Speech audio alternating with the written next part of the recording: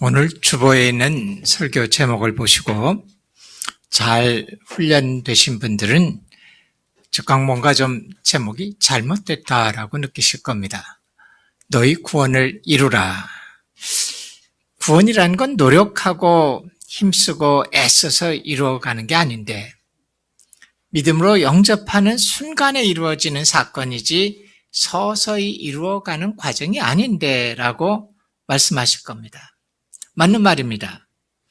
그런데 성경을 자세히 보시면 이미 구원받았다라는 과거 완료형으로 구원을 표현하는 경우도 있지만 오늘 저희들이 봉독한 본문처럼 구원을 이루어가라라고 현재 진행형으로 말하고 있는 것도 있다는 것을 보시게 됩니다. 이 둘 다가 사실이고 이 두 구원의 관계를 제대로 따라갈 때 비로소 올바른 신앙의 삶을 살아가게 됩니다. 교회 안에 예수님을 영접하고 구원의 확신을 가지고 있는 분들을 보시면은 오늘 제가 전하는 메시지는 구원받고 구원의 확신이 있다는 분들에게 제가 전하는 말씀입니다. 구원의 확신이 있는데 건강하고 다이나믹한 신앙의 삶을 살아가시는 분들도 계시지만 그러지 못한 분들도 교회 안에 꽤 많다는 것을 보게 됩니다. 구원을 받았음에도 불구하고 다이나믹한 신앙의 삶, 하나님과 뜨거운 그 관계를 가지지 못하고 살아가는 분들은 이제부터 제가 말씀드리는 세 가지 부류 중에 어딘가 속하시게 됩니다. 첫 번째 분들은 자기가 의도하지 않았지만 열정을 서서히 잃고 습관적인 신앙인이 되는 분들이 있습니다. 예수님을 영접하고 내가 구원받았다라는 사실을 확신하게 된 후에 한동안 아주 열심을 내지만 서서히 그 열심을 잃어버리게 됩니다. 많은 사람들이 그러는 것처럼 신앙생활 해나가다가 보면 서서히 어느 순간에 자기도 모르게 영적인 간절함을 잃어버리게 됩니다. 그래서 하나님만을 위해서 바둥대면서 사는 것보다는 좀 느슨한 신앙생활을 하게 됩니다. 신앙생활을 떠나진 않습니다. 하나님을 만났고 구원받았기 때문에. 하지만 자기도 모르게 부담 없는 정도의 신앙생활에 머물게 됩니다. 영적인 긴장감이 사라지는 이유는 아주 간단합니다. 나 구원받았다. 나 구원받았다.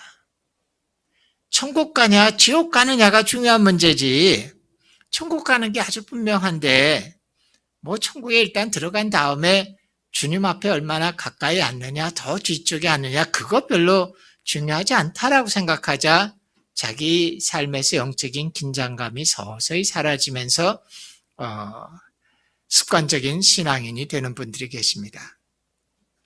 두 번째 부류의 분들은 스스로 만족하는 분들이 계십니다. 자기도 모르게 성경 말씀보다는 자기가 스스로 세운 기준을 가지고 그것에 만족하는 겁니다. 난 주일 예배를 빼먹는 적도 없고 목장 모임도 꼬박꼬박 출석하고 있고 11조도 잘하고 있고 교회에서 내게 맡긴 직분도 내가 잘 감당하고 있고 우리 교회 성경 공부반이나 훈련 과정이나 나 대부분 다 수료했다. 그러면서 스스로 자기의 신앙에서 부족한 부분을 절실하게 못 느끼기 때문에 서서히 그 다이나믹을 잃어버리는 경우가 있습니다.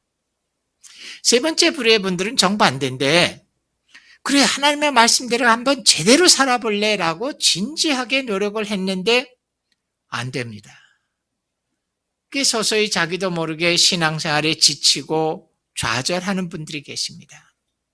성경 말씀대로 철저히 따르고 뜨겁고 열정적이길 원하는데 그렇게 되지 않는 자기 모습에 실망하고 지치게 되는 겁니다. 원수를 사랑하라는데 뭐 원수는커녕 남편도 아내도 믿고 부모도 믿고 자녀들도 믿기만 합니다. 쉬지 말고 기도하라 그러는데 기도하는 게 쉽지 않습니다. 죄를 짓지 않아야 되는데 매번 돌아볼 때마다 자기의 삶 속에서 죄들을 발견합니다. 서서히 이 과정을 좌절과 실망을 거듭하다 보면은 신앙은 기쁨이라기보다는 내가 내려놓을 수는 없지만 지고 가야 되는 무거운 짐처럼 느껴지는 분들이 계십니다. 혹시 여러분들이 세 부류 중 어딘가에 속한다면 오늘 본문 말씀인 빌립보서 2장 12절에 너희 구원을 이루어가라 라는 말씀을 새롭게 받아들이셔야 됩니다. 이미 구원받았다라는 과거 완료형의 구원은 칭의를 의미합니다. 여러분들 아마 성경을 잘 배우셨기 때문에 칭의가 뭔지 이미 잘 알고 계실 겁니다.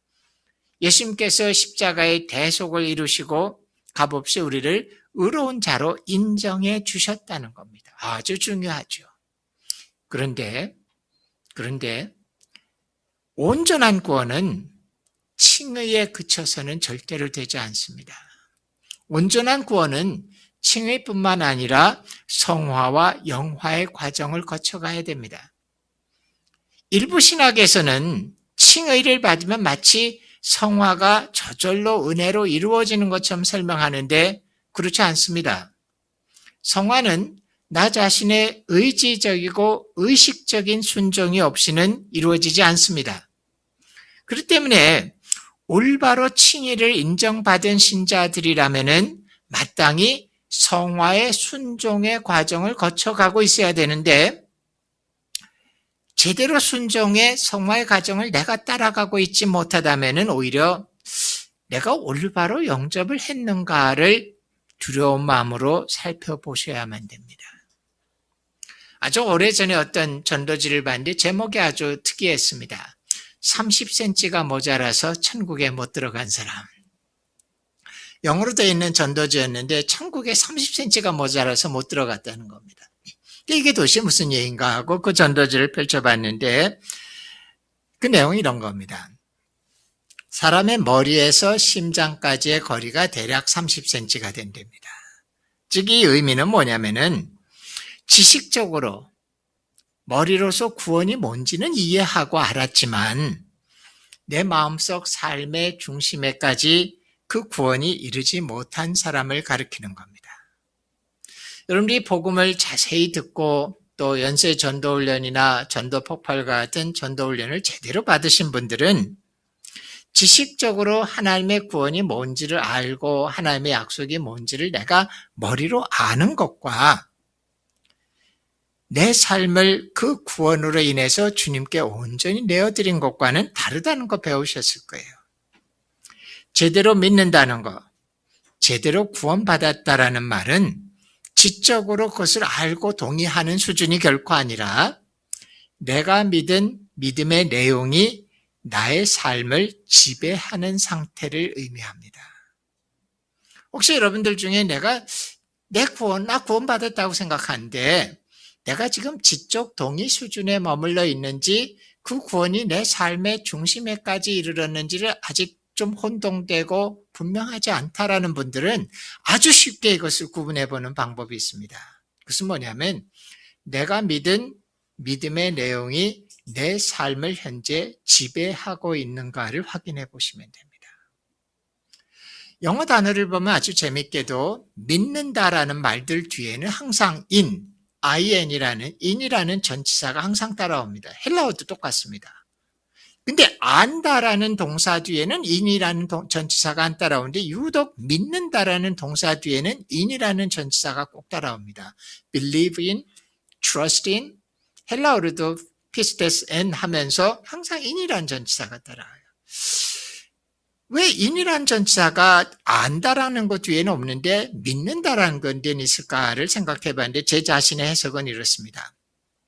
믿는다라는 건 단지 아는 게 아니라 내가 믿은 그 믿음의 대상 안에다가 나를 집어넣어서 위치해 놓는 것이 믿는다는 말입니다. 그렇기 때문에 내가 무엇을 믿었다라는 말은 내가 그 믿은 믿음의 대상이 내 삶을 지배하는 상태에 있어야지만 믿은 겁니다. 만약에 그 믿음의 대상이 내 삶을 지배하고 있지 않다라면은 여전히 여러분 지적 동의 수준에 있는 겁니다. 왜 제가 이 말씀을 드리냐면은 한국 교회는 복받은 교회라서 복음을 아주 정확히 잘 가르칩니다. 덕분에 나 구원받았어. 나는 구원의 확신이 있어 라고 말하는 수많은 성도들을 보게 됩니다. 근데 정말로 구원받은 자와 같은 삶을 살고 있는 사람을 보는 것은 그렇게 쉽지 않습니다. 올바로 복음을 믿었다라면 그 복음이 나의 삶을 변화시키는 과정에 들어가 있어야만 됩니다. 그래서 올바른 복음이라는 것은 과거에 한번 일어난 사건이 아니라 내 삶의 과정, 살아가는 방법 전체를 표현한다라고 해도 이것이 되려 정확한 말씀입니다. 어떤 커다란 비즈니스를 하는 분이 계셨습니다. 근데 이분이 어떤 분의 인도를 받아서 교회에 출석하게 됐습니다. 성실한 분이었기 때문에 교회에 출석하자마자 모든 예배를 열심히 참석하고 교회에서 있는 성경 공부에 열심히 참석해서 성경을 배워가게 됐습니다. 그분이 성경을 점차 배워가게 되면서 많은 걸 알게 되는 모습을 보면서 목사님은 은근히 마음에 이런 생각을 하게 됐습니다. 저분은 이제 준비가 다 된 것 같다. 이제 마지막 단계 하나만 넘어가면 예수님을 영접하는 기도만 분명히 하게 되면 구원받을 거라고 생각을 했습니다. 근데 어느 날 이분이 심각한 표정으로 목사님을 찾아와서 이런 얘기를 합니다. 목사님, 나 예수님을 믿는 게 이런 건 줄 잘 몰랐는데 알고 보니까 이거 보통 일이 아닙니다. 나 예수님 믿는 거 신중하게 좀 다시 생각을 해봐야 되겠습니다. 아시는 것처럼 내가 하고 있는 비즈니스가 좀 크기 때문에 그 안에 많은 고용된 사람들도 있고 거래하는 사람들도 많고 내 주변에 굉장히 많은 사람들이 모여 있습니다. 근데 만약 내가 예수님을 믿으면 예수님의 법대로 살아야 되고 세금 낼 거 다 내고 내가 지금까지 해왔던 경영 방식을 다 바꿔야 되는데 와, 이거 쉬운 일이 아닙니다. 지금까지 내 삶이 이런 식으로 살아왔는데 내가 예수님을 믿고 나면은 그렇게 살 수 없는 거 아닙니까? 예수님, 내가 예수님 믿는 거 좀 더 깊이 생각해 봐야 되겠습니다. 목사님이 이분을 보고 이렇게 답을 해줬습니다. 참 잘하고 계신 겁니다. 지금 복음이 뭔지를 제대로 알아가고 계신 겁니다. 라고 말씀을 해줬습니다. 올바로 예수님을 구세주와 주님으로 믿고 구원을 받았다면 그것은 지나간 과거에 일어난 하나의 사건을 내가 믿었다라는 말이 아니라 오늘의 내 삶에 바로 영향을 미치고 있는 것이어야만 됩니다. 그렇기 때문에 구원은 천국 갈 때까지 우리의 삶 전체를 구원의 과정이라고 표현하는 것이 정확한 표현입니다. 물론 이거를 성화라고도 표현하죠. 영화라고도 할 수 있어요. 우리는 흔히 영화를 죽어서 호련히 변한다고 하는데 저는 좀 다르게 생각합니다. 그건 어쨌든 성화의 삶을 제대로 공부하려면 로마서 5장, 6장, 7장을 봐야 되지만 여기 잘못 건드렸다간 오늘 집에 못 가실 테니까 제가 어떻게 성화의 과정을 짤막하지만 아주 쉽게 분명히 보여줄 수 있는 구절을 좀 찾아봤는데 그 구절이 오늘 우리가 봉독한 빌립보서 2장 12절에서 16절의 말씀입니다. 몇 구절 안 되지만 기가 막히게 우리의 성화의 과정의 삶을 잘 설명해 줍니다. 12절을 한번 보세요. 12절은 이런 말로 시작을 합니다. 나의 사랑하는 자들아, 너희가 나 있을 때뿐 아니라 더욱 지금 나 없을 때에도, 나 있을 때뿐 아니라 더욱 지금 나 없을 때에도, 바울이 빌립보 교인들에게 하는 말인데 저는 이 구절을 이렇게 해석을 해봤어요. 신앙생활이라는 것은 사람을 의식하거나 사람에게 인정받으려고 하는 것이 아니라 오로지 하나님만 의식하고 하나님 앞에 있는 자로서 살아가는 것을 의미합니다. 너무 당연한 얘기죠. 우리가 이거를 거듭 말하는 게 부끄러울 정도의 당연한 얘기지만 실제로는 심각한 문제입니다. 처음 예수님을 믿었을 때는 모든 것이 하나님 앞에 있는 것 같은 느낌을 받습니다. 예배에 와서 앉아있을 때도 하나님 앞에 있는 것 같고 하나님께 지금 내가 예배를 드리는 것 같고 모든 것들이 하나님 앞에 있는 것 같은데 서서히 시간이 지나게 되고 신앙생활이 익숙하게 되면서부터는 어느새 하나님 앞에 있다라는 감정보다는 사람들에게 어떻게 보이는지, 사람들에게 내가 어떤 평가를 받는지, 사람들에게 인정받는 것이 더 중요한 자리를 차지하게 됩니다. 심지어 예배에 오는 것도 하나님 앞에 엎드린다라는 느낌보다는 사람들을 만나고 나 오늘 예배 왔어라고 보여주는 것이 더 중요한 의미인지도 모릅니다. 교회에서 뭐를 섬기고 봉사를 하고 사람들을 도와주고 할 때마다 하나님을 의식하는 것보다는 거기에 있는 사람들에게 내가 여기도 참여해서 내가 이런 일을 해서 내가 뭐를 했어라고 인정받고 싶은 마음이 더 중요해집니다. 성경 공부를 하기도 하고 훈련을 받기도 하고, 근데 더 중요한 건 사람들에게 내가 뭐를 공부해서 나 무엇을 마쳤어라고 인정받는 것이 더 중요하기처럼 느껴지고, 어느새 하나님 앞에서라는 느낌은 서서히 사라지기 시작합니다. 신앙생활은 사람을 의식하지 않고 하나님만을 의식하면서 살아가는 게 신앙생활입니다. 우리의 본성은 놔두면은 하나님을 쉽게 잊어버리고 사람들을 의식하게, 왜? 당장 눈에 보이니까. 하나님은 눈에 보이지 않는 분이니까. 근데 끊임없이 우리 신앙생활은 뭐냐? 그것을 다시 하나님 앞으로 불러들여서 하나님 앞에 있는 존재로서 나를 봐야 됩니다. 두 번째는 12절에 보면 간단하지만 아주 중요한 말씀이 나오는데 뭐냐면 항상 복종하여라는 말입니다. 항상 복종하여. 이 말은 뭐냐면 신앙생활을 한마디로 정의하면 뭐냐? 하나님의 말씀을 알고 배워서 그 말씀대로 복종하는 게 신앙생활입니다. 역시 당연한 얘기 같지만 의외로 시간이 점차 지나게 되면은 하나님의 말씀이라는 것을 교회가 대체하게 됩니다. 나는 교회 예배에 왔어가 어쩌면 더 중요한지 모릅니다. 예, 신앙생활은 주일날 정한 시간에 여러분의 엉덩이가 교회 의자에 앉아 있느냐와 아무 상관없습니다. 정말 중요한 것은 우리가 하나님을 믿고 하나님께 순종한다는데, 사실 이 말이 입에 밴 말이지만 하나님께 순종한다는 말이 도대체 뭡니까?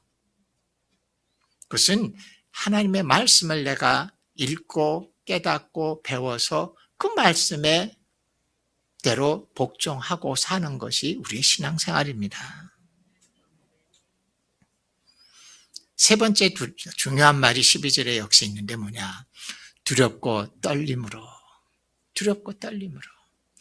이걸 두 단어로 한 단어로 표현하면은 경외라고 얘기하죠. 성경에서는 경외라는 말을 씁니다. 경외라는 말은 뭐냐면 두렵고 떨림으로 하나님을 공경하는 걸 말합니다. 근데 성경을 한번 자세히 보세요. 성경에서는 중요한 터닝 포인트가 나올 때마다, 하나님과의 관계에 대해서 말할 때마다 빠짐없이 나오는 단어가 하나 있는데 뭐냐? 경외라는 말이에요. 두렵고 떨림으로 하나님을 공경하라는 겁니다. 근데 우리는 하나님과의 관계에서 내가 취사 선택을 해서 나한테 유리한 것들만으로 하나님의 모습을 빚어갑니다. 어떤 모습이에요? 사랑의 하나님, 긍휼이 넘친 하나님, 자비하신 하나님, 용서하시는 하나님, 진노하지 아니하시는 하나님 등등 나에게 유익한 것으로 하나님 아주 부드럽게 만들어 놓습니다. 예, 하나님 그런 분이에요. 하지만 사랑과 자비와 긍휼과 용서와 그건 하나님이 우리를 향한 것이지 우리가 하나님 앞에 그렇게 요청할 수 있는 거 아닙니다. 우리가 하나님을 향한 것은 한마디로 두렵고 떨림으로 그분을 경외하는 거예요. 이게 뒤집어지면은 신앙생활이 완전히 뒤집어집니다. 우리가 하나님을 향해서 사랑의 하나님, 용서의 하나님, 긍휼의 하나님, 오래 참으시고 계세요. 이렇게 얘기하는 건 정말 신앙에 반대되는 모습이, 거꾸로 하나님이 만약 우리를 향해서 너희 왜 나를 공경하지 않니? 이건 신앙에 뒤집어진 모습이죠. 신앙은 하나님은 비록 나를 사랑하시고 긍휼히 여기시고 자비해 주시고 용서해 주시지만 나는 하나님 앞에 엎드려서 두렵고 떨림으로 그분을 공경하는 겁니다. 어쩌면 이거 심각한 모습인지도 몰라요. 우리는 내가 구원을 받은 순간 마치 의식적으로 표현을 안 하지만 정신없이 하나님을 부려먹는 것을 신앙이라고 착각하는 것 같아요. 여러분의 기도의 대부분이 뭡니까? 제가 좀 심하게 표현할게요. 하지만 어쩌면 정직한 표현인지도 몰라요.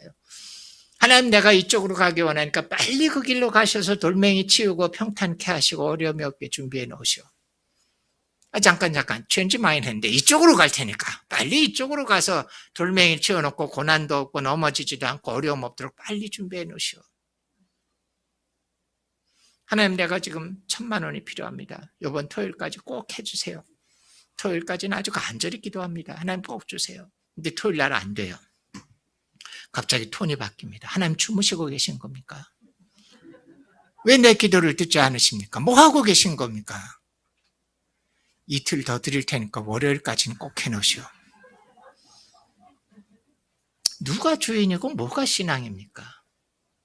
하나님, 우리가 연약한 줄 아시기 때문에 우리를 도우시고 채워주시지만 그건 하나님의 은혜에 속한 것이고 어디 감히 하나님의 앞에 우리가 그렇게 할 수 있습니까? 하지만 여러분, 기도의 90%가 이렇다는 거 아세요? 10%라도 그분을 경외할 수 있다면 참 다행인데 그런 것도 없어요. 자, 이 세 가지를 합쳐보면 뭡니까? 빌립보서 2장 12절에서 너희 구원을 이루라 라고 말씀하시는데 어떻게 이루라는 겁니까? 여기 세 가지를 모아놓으면 돼요. 사람 의식하지 말고 하나님만 의식하면서 그분의 말씀을 읽고 배워서 말씀대로 순종하시고 복종하시고 그리고 하나님을 두렵고 떨림으로 경외하고 대하면 그것이 여러분의 구원을 이루어가는 겁니다. 13절이 조금 어려워요. 13절에 보시면 너희 안에서 행하시는 이는 하나님이시니 자기의 기쁘신 뜻 외에 너에게 소원을 두고 행하게 하시니라. 앞부분만 보면 아주 신납니다. 우리 신앙생활에서 우리 속에서 행하시는 건 하나님이 다 이루어 주십니다. 근데 13절을 잘 보시면 이 구절이 좀 어려운 구절이에요. 앞부분에는 능동태로 얘기하고 뒷부분에는 수동태로 얘기했는데 주어가 하나인 것 같지만 엄밀히 말하면 능동태와 수동태로 했기 때문에 주어가 사실은 두 개예요. 신앙생활을 하나님, 우리 속에서 행하시는 분 하나님이십니다. 하지만 그 하나님이 역사하시지만 실제로 행하는 자는 납니다. 이걸 혼동하지 마세요. 신앙생활은 내가 노력해야 돼요. 내가 이루어야 됩니다. 힘을 다해서 애써야 됩니다. 내가 100% 해야 됩니다. 근데 뒤를 돌아다 봤더니 100% 하나님이 이루시는 걸 발견하는 거. 그게 신앙생활입니다. 내가 100%다 했는데 돌아다 봤더니 하나님이 100% 이루어 주셨고 근데 그 두 개가 합쳐서 200%가 아니라 100%가 되는 거. 그게 신앙생활입니다. 믿음이 있다고 안방에 드러넣어서 외치고 하나님 뭐를 이루소서라고 자기는 움직이지 않고 변하지 않는 사람 망상가에 불과합니다. 하지만 하나님을 의지하지 않고 자기 힘으로 이루려는 사람 신앙인이 아닙니다. 불신자입니다. 신앙은 이 두 가지를 다 경험하셔야 돼요. 내가 해야 돼요. 내가 변해야 돼요. 내가 엎드려야 돼요. 내가 내 성격을 하나님 앞에 맞추려고 애써야 돼요. 하지만 돌아다 보면 하나님이 다 이루시는 거. 그게 신앙입니다. 그리고 우리가 제대로 살고 있는가를 보는 거는 15절입니다. 너희가 흠이 없고 순전하여 어그러지고 거스리는 세대 가운데에서 하나님의 흠 없는 자녀로 세상에서 그들 가운데 빛들로 나타나며. 신앙이 성숙한다라는 것은 여러분들이 성경을 얼마나 아느냐, 교리를 얼마나 아느냐, 전천년이 뭐고 후천년이 뭐고 무천년이 뭐고를 구분할 수 있느냐, 그런 게 아니라 여러분이 어둠 가운데서 빛으로 보이느냐라는 겁니다. 이 세상은 어그러지고 거스리는 세대이기 때문에 죄와 어둠 가운데 있는데 그들 가운데 뭔가 빛으로 보이고 여러분의 삶의 영향력이 그들에게 미치는 것, 그게 여러분의 신앙의 성숙의 증거입니다. 요 강대상에다가 아주 조그만 촛불을 하나 켜놓는다라면 대낮에 밝을 때는 여기 예배당에 들어왔다 나가는 분들 중에 여기 촛불이 있다는 거 보지 못한 분들이 많을 거예요. 하지만 깜깜하게 밤중에 불 하나 없이 완벽히 깜깜할 때 여기다 작은 촛불을 하나 켜놓으면 이 예배당에 들어오는 분들 중에 그 촛불을 못 보는 분들은 없습니다. 그리스도의 삶은 얼마나 지식이 있느냐, 얼마나 많은 액션을 하고 있느냐, 얼마나 많은 무슨 프로그램 하고 있느냐가 아니라 여러분의 삶이 어둠 속의 빛처럼 사람들에게 영향을 주고 있느냐예요. 저는 신앙은 영향력이라고 믿습니다. 내 삶이 하나님을 알고 있다는 지식이 내 삶을 변화시켜서 세상에 영향력을 미치는 게 신앙입니다. 자, 이거를 종합해 보세요. 이거보다 더 완벽한 신앙생활, 성화의 삶의 정의는 없습니다. 하나님, 사람을 의식하지 말고 하나님만을 의식하고 그분의 말씀을 읽고 배우고 알아서 그 말씀에 복종하고 하나님을 두렵고 떨림으로 경외하는 것. 내가 100% 최선을 다해서 노력했는데 돌아다 보니 하나님이 100% 이루신 것을 발견해 가는 것. 그리고 그 결과 내가 성숙해 간다면 어둠 가운데 빛으로 보이고 사람들에게 영향을 미치는 것. 그게 우리의 성화의 삶입니다.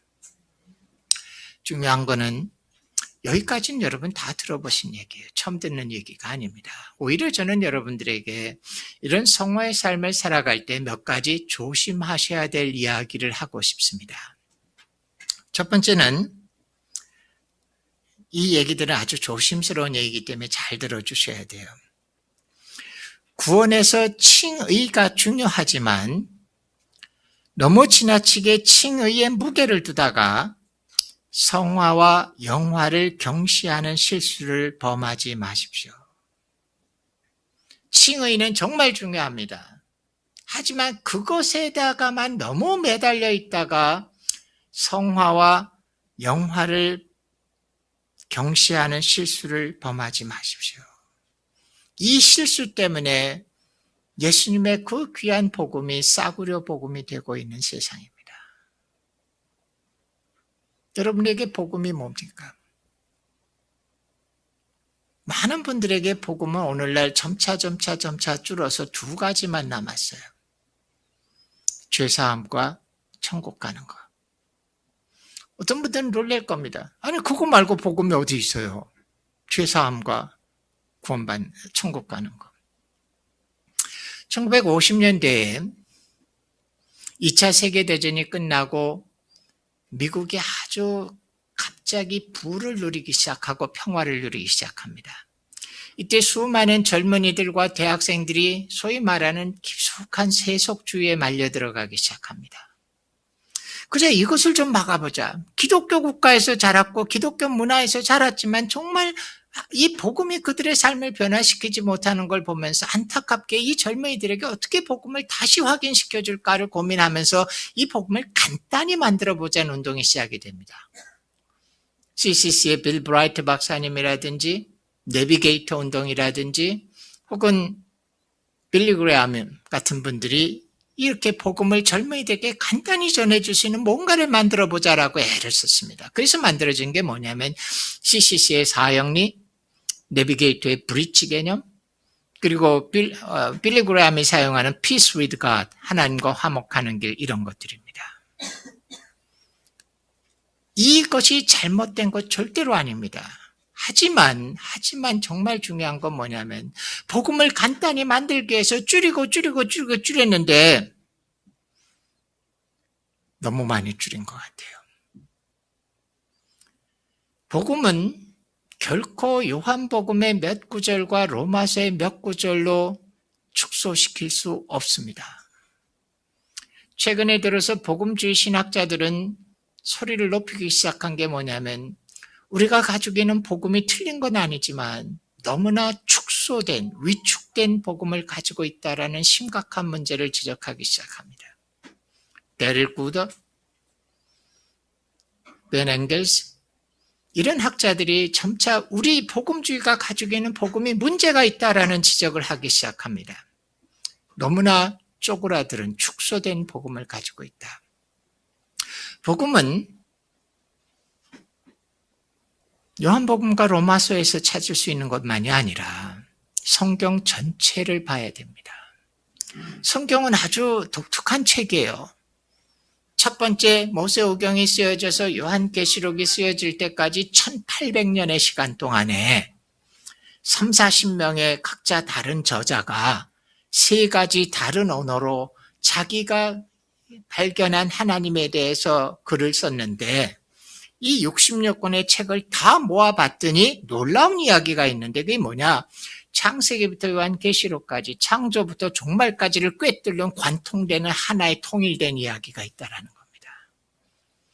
신학에서는 이것을 거대 담론이라고도 얘기하고 메타 내러티브, 그랜드 내러티브 이런 묘한 말들을 쓰는데 성경에서는 뭔가 하나님이 우리에게 알려주기 원한 거대한 하나의 이야기가 있어요. 복음은 그것 가운데서 정의해야지만 올바른 복음입니다. 그렇다면 복음이 뭔가? 저는 사실 45년 가까이 대학생들, 청년들 속에서만 사역을 했습니다. 설교도 많이 했겠죠. 45년을 일했으니. 근데 점차 저는 복음에 대해서, 구원에 대해서 조금 다른 정의를 하고 싶은 유혹을 받습니다. 저는 구원을 이렇게 정의합니다. 요즘은 내 죄 사함을 받고 천국 가는 거 물론 복음입니다. 정확하게 잘못된 거 없습니다. 하지만 진짜 구원의 의미는 타락 이전에 하나님과의 올바른 관계를 회복하는 게 구원의 의미입니다. 지나치게 복음주의는 자기 개인적인 관점에서만 신앙을 봐요. 하나님의 관점이 아니라 나에게 어떤 영향을 주느냐라는 개인적인 관점에서만 복음을 보는데, 진짜 성경에서 얘기하는 구원은 내가 천국 간다는 것보다 더 중요한 의미가 뭐냐? 타락 이전에 하나님과의 관계로 회복되는 겁니다. 그리고 복음의 진짜 중요한 몸뚱아리는 뭐냐면은 하나님과의 올바른 관계가 회복된 자들이 그 올바른 관계를 살아내는, 그 관계를 워크아웃해내는 것이 복음의 몸뚱아리입니다. 제가 이상한 말을 한마디 할까요? 이거 정말 이상한 말이기 때문에 조심해서 들으세요. 죄사함 정말 중요합니다. 근데 별로 중요하지 않습니다. 천국 가는 거 정말 중요합니다. 근데 별로 중요하지 않습니다. 제가 조심스러운 말이라고 말씀드렸어요. 죄사함 정말 중요합니다. 왜? 예수님의 십자가의 대속의 사건이 없었다면 우리는 하나님과의 관계를 회복될 여지도 없고 가능성도 없기 때문에 이거 없으면 불가능하죠. 절대로 중요합니다. 근데 죄사함은 별로 중요하지 않습니다. 왜냐하면 죄사함이라는 것은 하나님과 타락 이전의 올바른 관계로 회복되기 위해서 반드시 거쳐야 되는 과정에 불과한 것이지 그것이 복음의 전체가 아니라고요. 하나님께 돌아오는 과정입니다. 물론 과정이 중요하죠. 이게 없으면 안 되니까. 천국 가는 거 정말 중요합니다. 왜? 천국이 없으면 하나님은 의로운 분 아니에요. 세상을 보세요. 악인들이 더 잘 되고 죄인들이 더 승리하고. 근데 우리가 하나님 어렵다고 믿는 이유는 뭐냐? 천국이 있기 때문에. 궁극적인 심판이 있는 줄 믿기 때문에. 근데 천국 가는 거 별로 중요하지 않습니다. 왜? 천국 간다는 건 하나님과의 올바른 관계가 회복된 모든 사람에게 당연히 주어지는 거에 불과합니다. 복음의 진짜 몸뚱아리는 하나님과의 올바른 관계가 회복된 자들이 그 올바른 관계를 살아내고 하나님의 그 올바른 관계에서 원하는 일들을 살아내는 것이 복음의 몸뚱아리인데, 이 몸뚱아리는 싹 빼버리고 돌아오기 위한 입구에 해당하는 앞공지와 나중에 출구에 해당하는 뒷공지, 앞공지 뒷공지만 딱 붙여놓고 복음이라고 외치자, 이거는 싸구려 복음이거나 왜곡된 복음이라고 합니다. 물론 왜곡된 건 아니에요. 이 내용은 맞아요. 하지만 잘못하면 축소된 복음의 문제를 일으키게 됩니다. 하나님을 내가 유익이 되는 부분 안에서만 하나님을 마음껏 사용하고 누리는 거예요. 저는 요즘에 젊은이들에게 이렇게 얘기합니다. 나 구원받았어 라고 하면 그 다음 말을 난 이제 천국 갈 거야 라고 말하지 말고, 나 구원받았어 라고 얘기하면 그 다음에 오는 말은 당연히 하나님과의 올바른 관계가 회복됐어 라고 말하는 것이 구원이어야 된다고 생각합니다. 칭의 중요합니다. 하지만 그게 결코 끝이 아니라는 걸 아셔야 됩니다. 두 번째 중요한 얘기를 해보죠. 성화는 아주 긴 과정입니다. 내가 구원받았다고 해서 하루아침에 성화가 이루어지지 않습니다. 하나님이 우리를 의롭다고 인정해 주셨지만 그것은 하나님과 나와의 관계에서 뿐이지 실제로 나는 의로워지지 않은 존재입니다. 여전히 죄인입니다. 그렇기 때문에 우리는 이 땅에서 성화의 긴 과정을 겸손하게 따라가는 출발을 했을 뿐이지 의로워졌다고 착각하지 마세요. 근데 그리스도인들은 하나님의 말씀을 중요시 여기기 때문에 끊임없이 하나님의 말씀을 말합니다. 좋은 일이에요. 근데 그 말씀을 너무 반복하다가 나를 사랑하신 하나님, 나의 죄를 용서하신 하나님, 나를 세우신 하나님, 나를 승리케 하신 하나님, 쭉 하다가 어느 날 인격 분리가 일어나요. 내가 실제로 그렇게 변하지 않았는데 계속 하나님의 말씀을 반복하다가 내가 그렇게 된 것처럼 착각을 하고 말로는 그렇게 얘기하게 됩니다. 예수 믿는 사람은 어떻게 원수를 미워할 수가 있어요? 원수를 사랑해야죠. 예수 믿는 사람은 어떻게 화를 낼 수가 있어요? 예수 믿는 사람은 어떻게 기도를 멈출 수가 있어요? 예수 믿는 사람들이 이래야죠. 근데 말은 너무나 멋지게 하는데 실제 삶은 전혀 안 그렇습니다. 근데 자기의 말과 삶이 다르다는 걸 전혀 느끼지 못해요. 완전히 인격 분리가 돼서 말할 때는 천사와 같은 말을 하지만 실제 삶에서 자기가 그러지 못하다는 것 때문에 괴로워하고 힘들어하고 겸손한 모습을 취하는 건 없습니다. 그래서 세상 사람들은 그리스도인들을 볼 때마다 위선자라고 얘기합니다. 니네 말하는 것처럼 니네가 살았으면 세상 벌써 뒤집어졌다.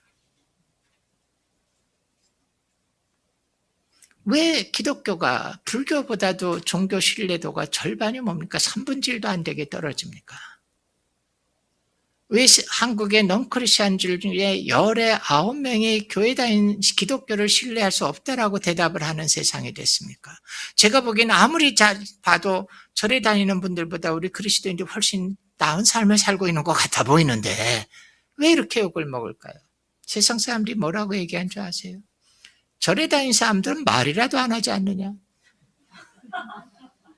니는 말은 너무나 멋있게 하는데 그 삶과 말하는 것과 삶이 다르니 위선자들이다.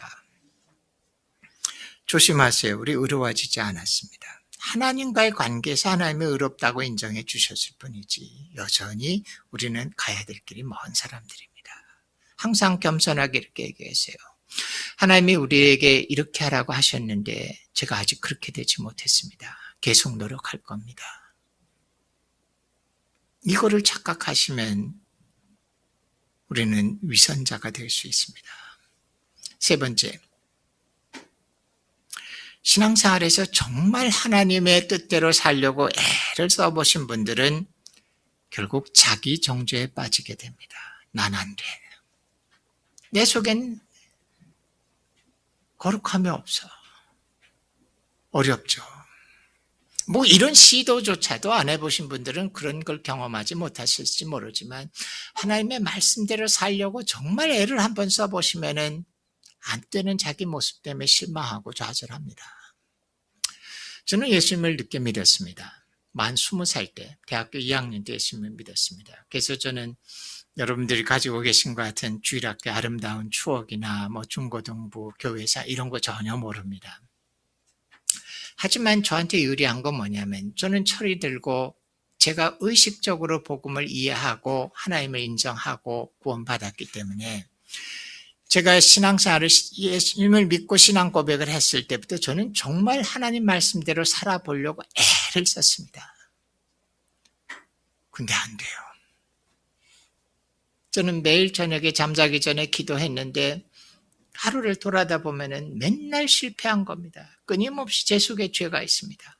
거룩함이 없고 거짓된 모습이 있고 악한 것을 생각하고 사람들을 미워하고 시기하고 평가하고 음란한 부분이 있고 항상 제 속에 그게 있어요. 그때마다 얼마나 괴로운지 몰라요. 하나님 왜 나는 안 되죠? 왜 내 속엔 거룩함을 사랑하는 마음이 없습니까? 하나님 난 왜 이 모양이죠?